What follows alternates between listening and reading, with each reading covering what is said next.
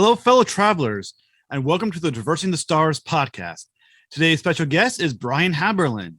You know him as the former editor-in-chief of Spawn and the co-creator of Witchblade. He's now the creator of Hellcop from Image Comics. Now join me as we go Traversing the Stars. Hello, Mr. Haberlin. Thank you very much for joining me on the show. Sure. Thanks for having me. It's definitely my pleasure, sir. So one thing I always like to ask the artists that come on my show, I like to ask when you first fell in love with comic books and which comic books did you first read? Well, I'm of an age where if you liked sci-fi and superheroes and stuff, the only place to get it was comic books or novels. And for the art side, the cover of those novels, you'd have these like really cool, old school Michael Whelan stuff and stuff back then. And I've always was the kid that drew, and from when I was in first grade all the way through, say, oh, can you draw that for me? Can you draw that for me? And da da da da da. And in high school is when I met a few friends that were into comics, and they were very into comics. Kirk Dilbeck, Brian Holguin, who eventually wrote Spawn and worked a bunch of stuff with me, and his older brother Kevin, and we all actually met at one of the first D&D gaming stores. So it was called the War Club. Very then. cool. One of those places where you were like, especially then, being, maybe junior, maybe sophomore in high school kind of thing. It's like if any girls came by the thing when you were in the back where everybody had the tables and people were gaming, you'd be like, but anyway, so I met these guys there and hit it off, became friends, and they had basically they were great people at cherry picking the best of the best, right? So that's all. I was never exposed. The only time, okay, I'll take it back. I still remember when I was a little kid and we were on a family road trip, and I think we're going to the Grand Canyon, and we're at like this little kind of off the beaten path thing, and it's like, oh, can I grab a comic book? And it's like, yeah, sure. And I grabbed a Superboy, and nothing against Kurt Swan, but it was like left me going, comics, yeah, that was the. But it's interesting because you have these point of attacks, right? So if you miss that opportunity to like get a kid hooked at that point, it was years before I looked at the comic again, right? But then it was Jim Starlin, it was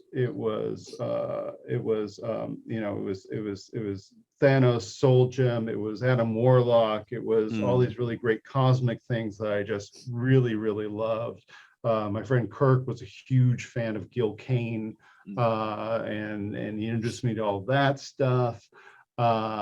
And I just was like, everything they gave me was great, because they shared it because it was all great. It's okay, what you got next? And I still remember the day when they're like going, well, there's this book called Daredevil. It's, oh, what's that about? And it's like, he's this blind lawyer who fights crime. It's like, what? And they handed me the start of Frank Miller's Daredevil run, right? And it's like, okay, like, if you can pull that one around, and then we went, because they were of an age and of an experimentation level that was like, it's very quickly, going down to Little Tokyo and picking up manga, and we're very quickly into going to European stuff, or even British stuff, Luther Arkwright, all these things like, because all of a sudden it was like superhero, okay, got it.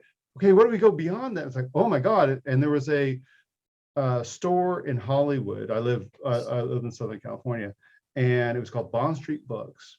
And it was run by these guys who were perpetually sweaty, no matter what time of year it was.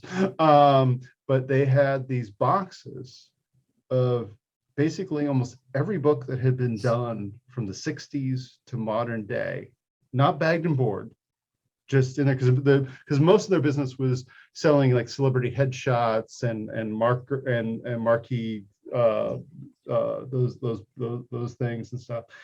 And my friend Kirk and I could go down there and sit and go through books that had been done from the 60s, the 70s, the 80s, and just like, I got to introduce to creepy and eerie, because there's so many amazing little things in comic history that don't come back out. It's like I could go back into like Batman. There was the Batman family, which seems like what a stupid, whatever, right? Man, Bat, blah, blah, blah. Yeah. Michael Golden, P. Craig Russell inking Jim Starlin, all these like, and by the time I was 17, I could source out any inker in the business. I say, oh, that's Alfredo Calla on John Buscema. That's Ernie Chan on, Terry Austin, of course, that was easy. That's a gimme, it's like, but so the cosmic stuff was my first love. And I keep thinking about, I'm so busy with my own stuff, but I keep thinking about knocking back on Marvel's door going, let me bring some of that back. It's like, because I just had posts on social media. I don't know if you saw it, where I posted that there was like a 4-panel Captain Marvel when he finally gets the power cosmic, and it's like, it's got that Zen sort of psychedelica sort of stuff that we just don't get anymore, and it's like, yeah. Fun. I'd like to do that again. That'd be cool. I mean, that'd be the only. There's certain things that would pull me into the mainstream again, But it's like that would be one of the things. So, are you going to talk to Marvel and try to make this happen? I mean, that was the time with Guardians of the Galaxy and then the Eternals. If they're going to do something cosmic, now's the time. The problem is, when you do your own stuff, it's your own stuff, and you really have to kind of leverage, is it worth the limited time I have and effort that I have to work on somebody else's stuff? I mean, the whole, I didn't realize, so 2 major people have told me to do Create Your Own, right? The first one was actually before I even got in the industry, walking out in front of San Diego Comic-Con with my friend Andy Horn, who was one of the producers on the first Blade movie. And Stan Lee was walking the other way, nobody with him, but he knew Stan, right? Yeah. And Stan, you gotta look at this guy's stuff, and I showed him my then portfolio. I think it was the year that I got hired by everybody, but he was like, what you should do? You should do your own stuff. You should make up your own stuff, right? And I did, and stuff. And then when I was doing, when I was editor-in-chief for Todd McFarlane, and I was drawing the Spawn title, and we were putting together Haunt, which was the co-creation of Robert and Todd's, and it was at a time where Marvel and DC were having huge exclusivity wars. There'd be guys, I would call up guys, go, hey, I got this cool, thing to do. Oh yeah, I'd love to do it. Okay, so when are you available?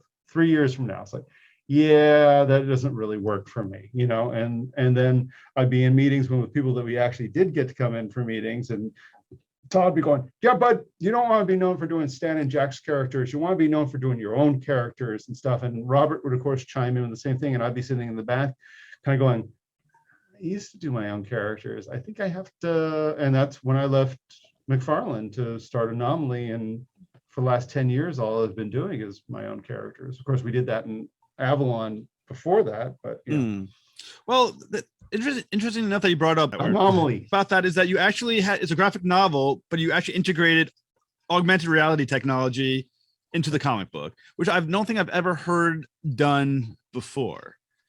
Where did that idea? We did it when we first started Anomaly.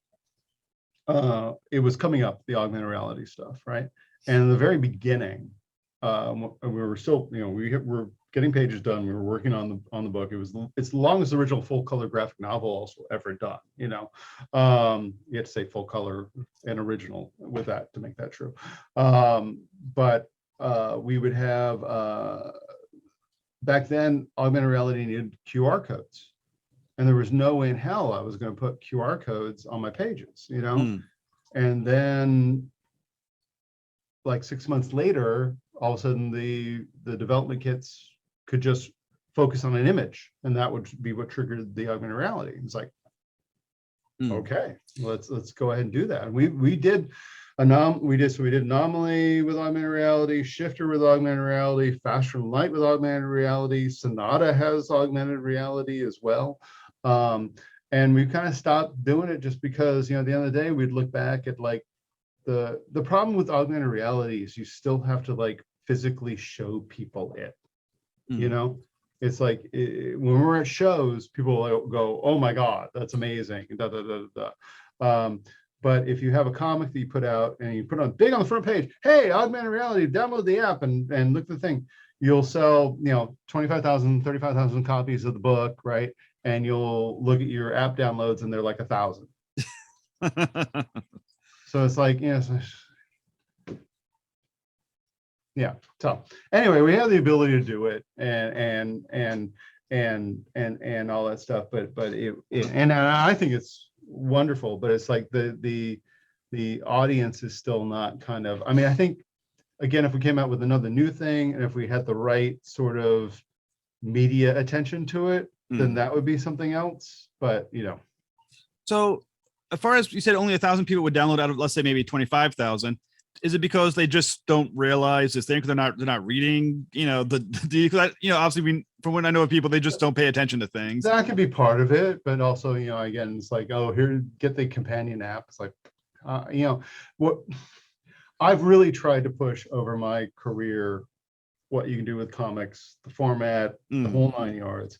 And it always keeps kind of coming back around to people who like comics. It is a medium. It is what it is. I still remember we did a book with Jay Anacleto called Athena Inc. And Athena Inc. we did in a different format where it was individual illustrations and almost like script with it at the end of the day. Yeah. And I still remember one of the big beefs. And I goes, "Well, it doesn't have word balloons. It's not a comic. It doesn't have word balloons." Okay. All right, fine. I get it. Whatever. But again, the thing that kind of the thing I kind of have learned is that people who like the things for being comics like the things for being comics. So basically, comic fans are kind of just like stuck in the mud. Like they're very. Well, I don't want to say that. I mean, it's like it's like if you like movies, you like movies. It's like it's just you like the medium, and you like the medium the way it is. I mean, I often equate it, a little bit to a vinyl market, Yeah. So when you were creating Hellcop, were you considering making it augmented reality, or was that definitely not on the table? Yeah, no, no. It would need to have, I mean, the only book that currently I'm thinking of adding the augmented reality to is there's a book called Fury Formula that we're playing with and we've played with, and it's a modern take on the Jekyll and Hyde thing, right? Because right now augmented reality is essentially the cool ass DVD extras sort of things, right? I mean, we put games in, we have interactivity, blah blah blah blah blah, right? But the golden chalice, the hope is developing augmented reality in a story that then, that can only be told that way. That it's not icing on the cake. It is its own medium. And in the Jekyll and Hyde thing, we thought that might be able to get closer because we could then have you pointing at a page and the page dissolves in front of you, and the page comes up then from the point of view of the other aspect of the character. That's cool. Sounds very cool. But I think that's the thing that I was looking for, and all the times I've ever done talks about the augmented reality is really finding the language that really separates it. That really makes it, this is the only way you could tell this story. And this is and not only just that, this is the best way to tell this story, and that's a challenge. It's like any other art form. It's like finding the real language for it. It is difficult. Yeah.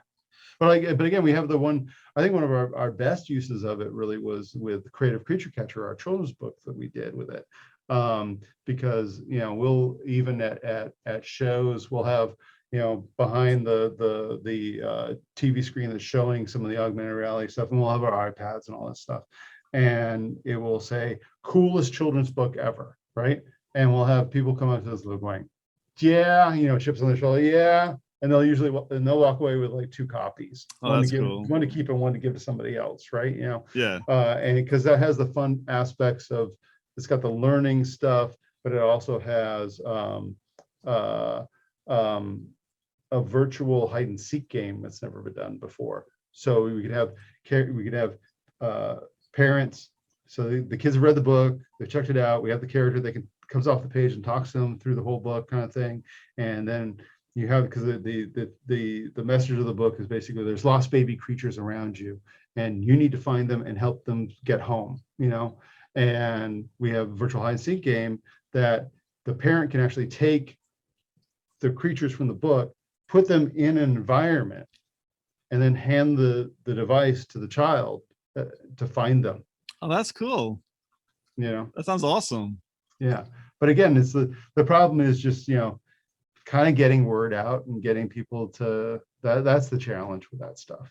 I know it's cool. I know whatever, but it's like, you have to, it needs to be on like a Good Morning America in the morning, showing somebody, it's like, yeah. Well, speaking of Hell Cop, so your new series that you have is Hell Cop. Yeah. Now, there was a 1998 version of Hell Cop that you did. Is this? There was also a 1995 version. Oh, I did not know about the one before it. See, Yeah, I know the 98 one. There was this one.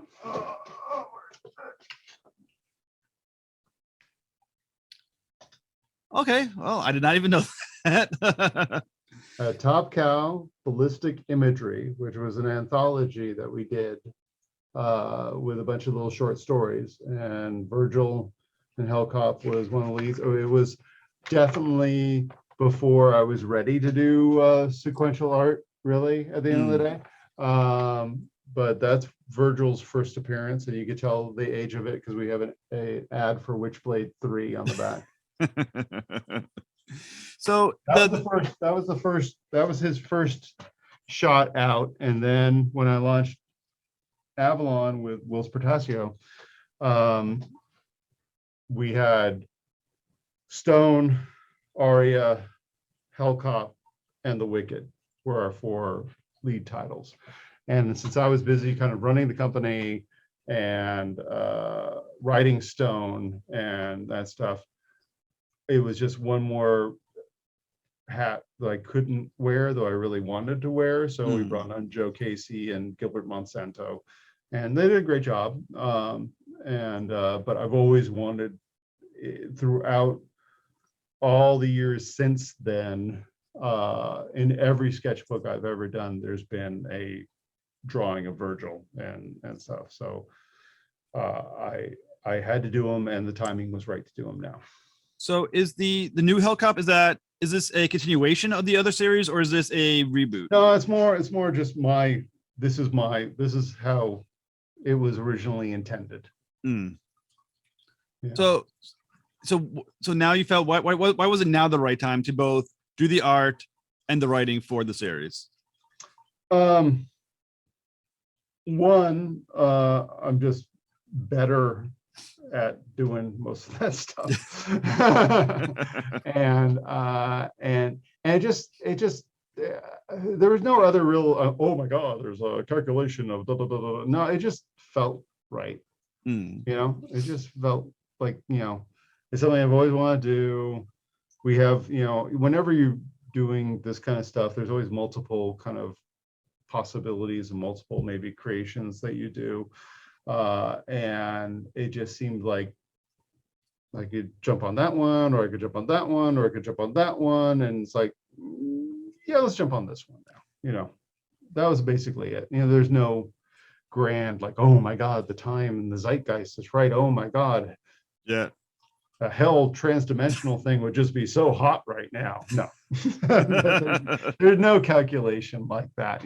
It was, the calculation was, it was something that was fun and I wanted to do. So can you give our listeners your pitch for Hellcop? Basically the basics of what the story is about. So in 1945, I want to say 45, the U.S. Navy decided to do some invisibility experiments. And with the USS Eldridge, which was in dry dock in Philadelphia, the Philadelphia docks. And they put gigantic Tesla coils around the outside things, a little bit of unfinished Einsteinian unified field theory at the same time, and whacked on the big magnets. And the Eldridge disappeared. And they thought, oh, great, we got invisibility. No, we punched a hole in reality, and the Eldridge fell through. Luckily, they got the Eldridge back. But basically, it was just like us having the ability to break glass. We couldn't go through the glass. We couldn't decide where we were going through the glass or what was there on the other side. So by the time the 80s came around, we developed our technology to the level where we could start like, okay, we can start kind of aiming these things and start exploring potentially other realities. This is all covert, of course, because again, you know, Einsteinian theory has slammed the door on fractional light travel. We're not going anywhere. The way, if we're going to travel to other reality, it's going to be this way, much more realistically than breaking the speed of light, you know. And so we started exploring all these different realities, and most of them were pocket universes, just gases, nothing really there until we got to plane 1301A. And 1301A was another planet, pretty much the exact same mass size as Earth, but with every Earth legend of hell existing on this world. And it's not saying that it's like this, it's more like, think of it as another world where this is where these creatures come from, right? And we also developed and say technology that we understand now there's soft spots between the realities. So things have come through before. So things that we have legends of, all these things, that why we have these legends of hell is because these things really existed and at some point came through and left. So you can't prove that they existed. So for example, the Loch Ness Monster, that's a hell native. He came through, did his thing, got seen, he went back home. That's why you can't find him, you know. Sasquatch, same sort of thing. But even, you know, all the demon legends and all this stuff, it's just, you know, these things will come through. Ghosts, same sort of things. Like for a second you go, oh look, there's someone talking. Well, I hear the words. You know, it's like, there's a soft spot there and you don't know there's soft. But with that same technology, as soon as we realize that things are coming in from another reality in our reality, okay, we got to police that shit. We have to kind of, now that we know, we got to kind of deal with this shit. And so they started the Transdimensional Security Course, and they were quickly dubbed the Hellcops because the only plane that we could go to that had anything in it was hell. Okay, so their job is basically to regulate things coming in. There's also some weird traffic-y kind of stuff going on. Saccharin is a drug for half the demons, so they like to come over and try and get, you know, sweet and lows and take them back in bulk. You know, but the other fascinating thing is with that same technology, we also have the technology that allows us to monitor the life essence, life soul, life, whatever you want to call it, as it leaves the body. And the body, they all go through plane 1301A at some point.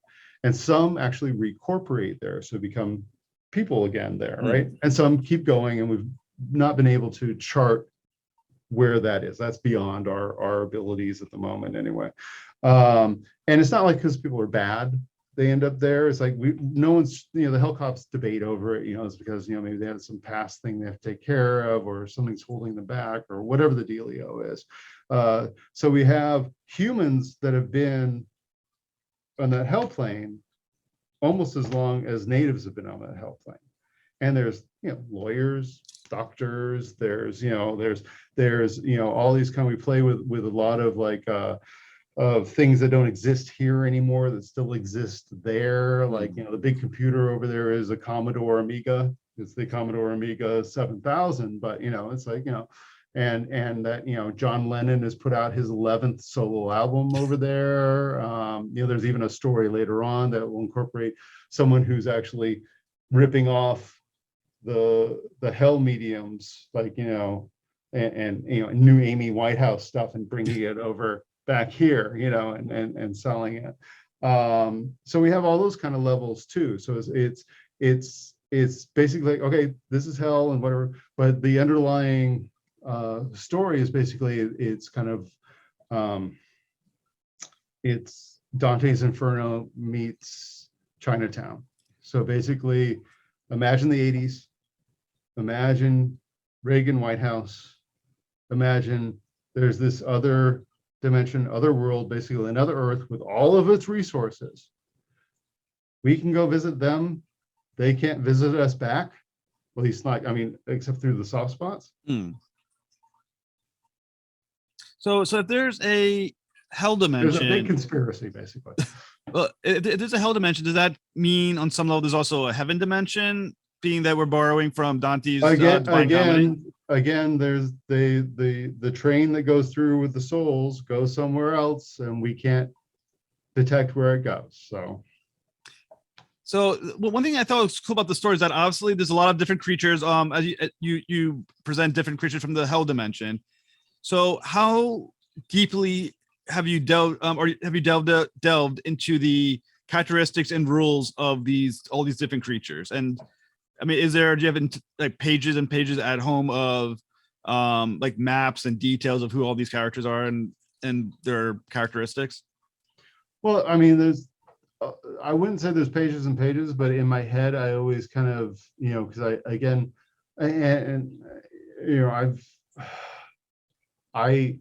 you know, I started playing D&D when D&D was first invented, right? You know, and started playing games. And I think anyone who runs a game, that's a great practice place for writing, and especially writing in a sci-fi or fantasy world, because you automatically start thinking about those things. It's like, even just instinctively, it's like, okay, well, so what does it do in its off time? It's like, well, where did it come from?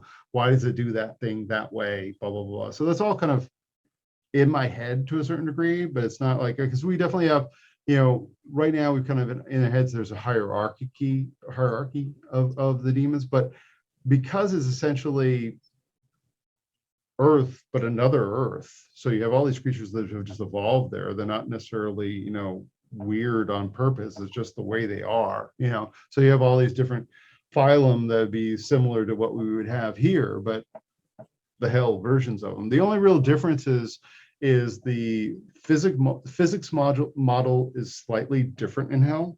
So you may notice when, like, on Earth, Virgil would use just a standard, you know, 45 or automatic or whatever.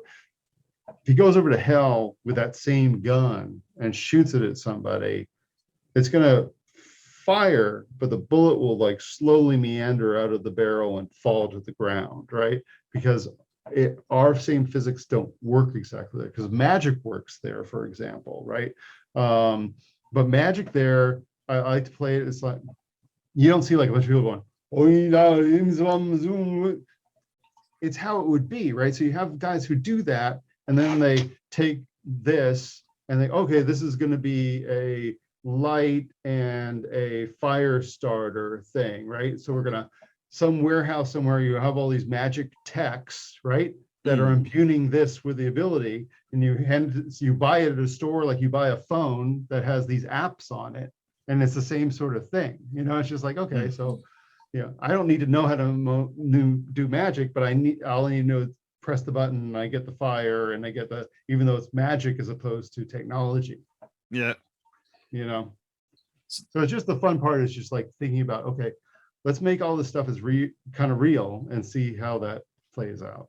So even though this is the hell realm, from what you're saying, it sounds like the creatures that occupy it are not necessarily bad or evil. Nope. They're just regular things that exist, just happens to be in this hellish? I mean, is the environment hellish, or is it just the No, it's just, I inspiration mean, from it? again, think of it like another planet. I mean, there's deserts, there's oceans, there's frozen wastes. I mean, the only kind of differences between here and there is like, again, remember there's, humans, we're kind of the bad guys to a certain degree. I mean, you think about, the indigenous species of hell as being more, you know, native species, and stuff. And when we started showing up there, bringing all our shit, it's like, there's Nazis there. There's, I mean, they've had a nuclear exchange over there. We've never had a nuclear exchange here, but it wasn't because the demons did it.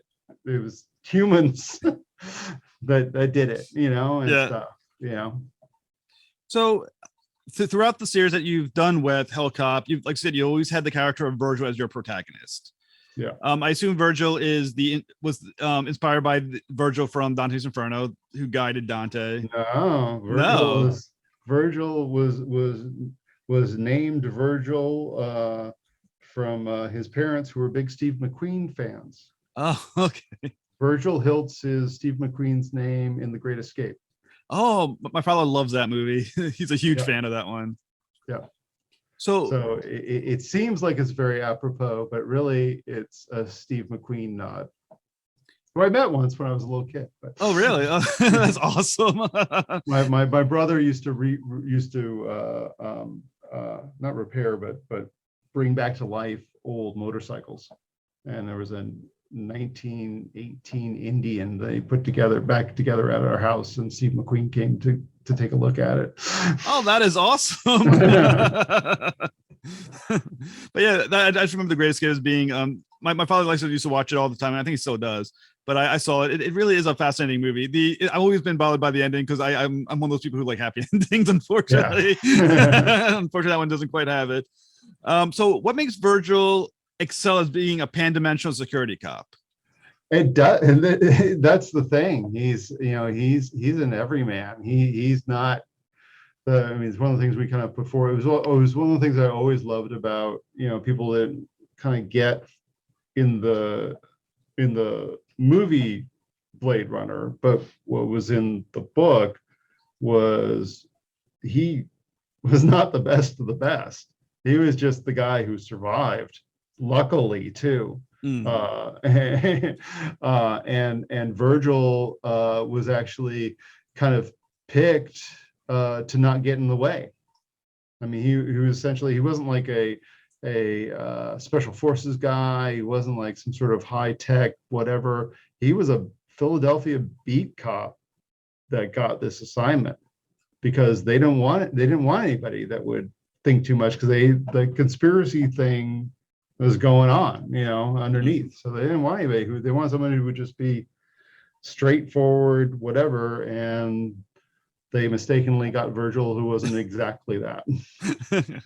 So how much of his backstory are you going to be exploring as the series progresses? We get into more of his relationship with his wife who passed, and bits and bobs. I mean, it's really kind of bits and bobs. So you said the wife passes over, and what you said about hell, does that mean passes over to the hellish dimension? Is that the connection with him? Are you trying to screw up things now? Sorry, I just thought that popped in my head. I will say one of the reasons he eventually not just took the job, but because he wanted to take the job, was because when he found out that some people recorporate over there. So is the series? She died of cancer. It was not like some sort of murder thing and stuff, and they were very much in love. And one of the reasons that he is a hell cop is because he's always kind of hoped out of the corner of his eye he may see her again. Yeah. Is the series a miniseries, or is it ongoing? It's ongoing as long as the sales keep it that way. That's kind of how the market goes. I'd be perfectly happy to do Hell Cop for many years to come. But again, I don't get to totally control that at the end of the day. So how far along have you is it planned out for so far? I have at least 10 issues planned out for. Well, that's okay. So we're guaranteed. Hopefully, at least this is the first story arc. Oh, well, that's the first story arc is 5, so that's Okay. guaranteed for sure, 100%. And then depending on again, it's like things are so screwed up, and right now, with the supply chain issues, and I mean, Diamond getting a ransomware attack right in the middle of final order cutoff, and Yeah. It's a tough time, and plus again, between Random House being a new distributor and stuff, it's not a great time for comic retailers. It's tough. Yeah, and especially Image just announced not too long ago that there's going to be no longer second printings. No second printings. So how we definitely sold out of Hellcop #1s. So how do and I would have normally gone to a second printing. So how do you think it's going to impact Hellcop going forward? I mean, because once again, is there going to be, I assume it's on digital, Comixology, everything like that. Do you think that's going to increase digital sales, or is there going to be any significant impact on how Hellcop again, goes forward? I don't know. Again, I mean, I have that same sort of thing that we talked about earlier, where people who like paper comics like paper comics, and if the paper comic isn't there, they'll pick up some other paper comic instead of going, I'm going to go to Comixology. It's like, I think there are people who are the Comixology people and the people who aren't, Yeah. But like I said, it'd be unfortunate if we'll say that, I mean, obviously for those who are in the comic book sales business, I guess, the back issue business, they'll, I guess, make money from eBay, but it'd be unfortunate if people miss their comic book of Hellcop once it starts taking off. They can't go back. Yeah. It would be unfortunate. So you also have an upcoming Kickstarter campaign for an omnibus called Stone with Will Spertatio. Is that correct? Yep. And it's based on another book from 1998 Avalon, the Avalon company, correct? Yep. So that was the #1 selling independent book of 1998. Well, that's cool. The only one that eventually beat us was reprints of Jay and Silent Bob. Figures. Out of all of, but in initial sales, we beat them all.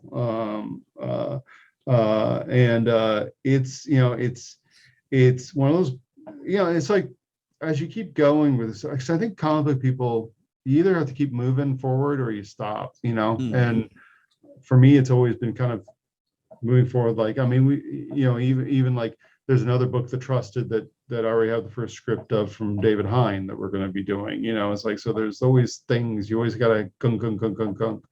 And Stone, we did the first, we did 2 miniseries. Again, the first one is I don't mean to sound braggy or anything, but when I go back over that one, that was a fun book. It really, really was. And it was never collected. We never did a collection of it ever. And it was like, we should do that. And plus, Wilson and I, and you don't know this, but you can go ahead and put it on this thing. But we're planning on doing some new stuff. Cool. Oh, that's very cool. In fact, that's already written, and we already have some pages too. It was just, again, it felt like the right time with Kickstarter stuff kind of working the way it's working, and plus it seems like there's sort of a 90s nostalgia thing. I was looking at my friends at Top Cow, just did the Cyberforce one, that seems to be doing real well right now on Kickstarter and stuff. So it seemed like it was a good time to do it, and plus we're interested in doing new stuff, so might as well get the originals out there again and then go forward. So with Stone, is it going to be produced through Avalon or the company again, or is it going to be going through another company? Well, Kickstarter is Kickstarter, so that's just us doing it through Kickstarter. And then probably will go through. I mean, my home for most of this publishing throughout. I mean, even the first issue of Stone was the only thing that Avalon did that was totally independent. We fell in with Image on issue 2 and all the rest of the Avalon stuff, mostly because it was just so much easier to have them deal with the distributor and stuff. I could just focus on other things. So likely enough, the there'll be the Kickstarter version, and there'll be probably some sort of retailer version that will then be through Image and stuff. So once again, for our listeners who might not be familiar with Stone, can you give them again the pitch for Stone? The one-liner is basically, imagine if Chris Hemsworth was really Thor and didn't know it. That's cool. That's awesome. So Jerry Allen plays super famous Philippine legendary hero in movies and television. And he's a pain in the ass, pompous star. And one day on the set of one of the movies, this creature that looks way better than their normal creature design shows up and challenges him, and energy balls flare, and he's like, no, what? And all of a sudden he notices that his agamats, which are his magical gems, they actually start flaring as well. And it's like, what the hell is going on? And so, barely survives, gets some tutelage, along the way becomes a real human being and becomes the hero that he should be. And it's mostly based on a lot of Filipino myth and legends, because that's where Wills is from. Because Wills, I mean, the how it sort of came to pass is we when I met Wills at Homage Studios in '93, we became close friends. Again, we were both computer geeks and stuff back then and everything. And we always wanted to do something together. And he was out in the Philippines and he was drawing some pages, and he was sending me back some of the pages like, oh, what the hell are these? It's like, okay, I'm going to write this up then. And So when is the Stone Kickstarter going to launch? The Stone Kickstarter is going to launch on Black Friday. Oh, very cool. And we're doing, that's when San Diego Comic-Con, or the mini San Diego Comic-Con, the one that's coming up, is. So we're going to have that going at the same time. We have 3 panels going on down there. We have booth down there. We actually have, we're going to do some incentive. We're going to have a little poster that if you prove that you've backed it, that you get a poster there at the show, that's only available at the show as well. And stuff. So that's when that starts. And we're taking right now, we have a sign up thing too. I can send you a link if you could throw it on whatever you're doing, that you could do a notification link now, and then on Friday is when the actual Kickstarter launches. Oh, all right, very cool. So it launches from the November 26th, and it goes on. It's going for 30 days, so it goes right after Christmas. Yep. All right. Oh, very cool. And then the early bird special is going to be that whole weekend. So the whole time that San Diego Comic-Con's going. So to our listeners, make sure you fund this. It sounds awesome. It sounds absolutely awesome. Well, Mr. Haberlin, I want to thank you so much for joining me. You're fantastic, and I'm enjoying Helicop. So the next issue of Helicop comes out, number 2. The next issue was supposed to be, it got moved back. Let's see. So Helicop number 2 was supposed to be 11/24, but it's going to be 1 week later than that. Because of the Diamond distribution issues? Yeah. Yeah. Well, all right. So that'd be December. Yeah, all my dates, if you look at all my dates, they're all getting moved around. The paper issues are a big deal, and the diamond thing is still a big deal too. Well, Mr. Haberlin, it was a great pleasure to talk with you. I look forward to hearing good news about Stone and the Kickstarter. I hope we'll make sure we put a link so our viewers will pledge as much as they can. And I want to thank you so much, sir. It was a great pleasure. Thanks, Jeff. Nice meeting you. Have a fantastic night. Take care. You too. Bye.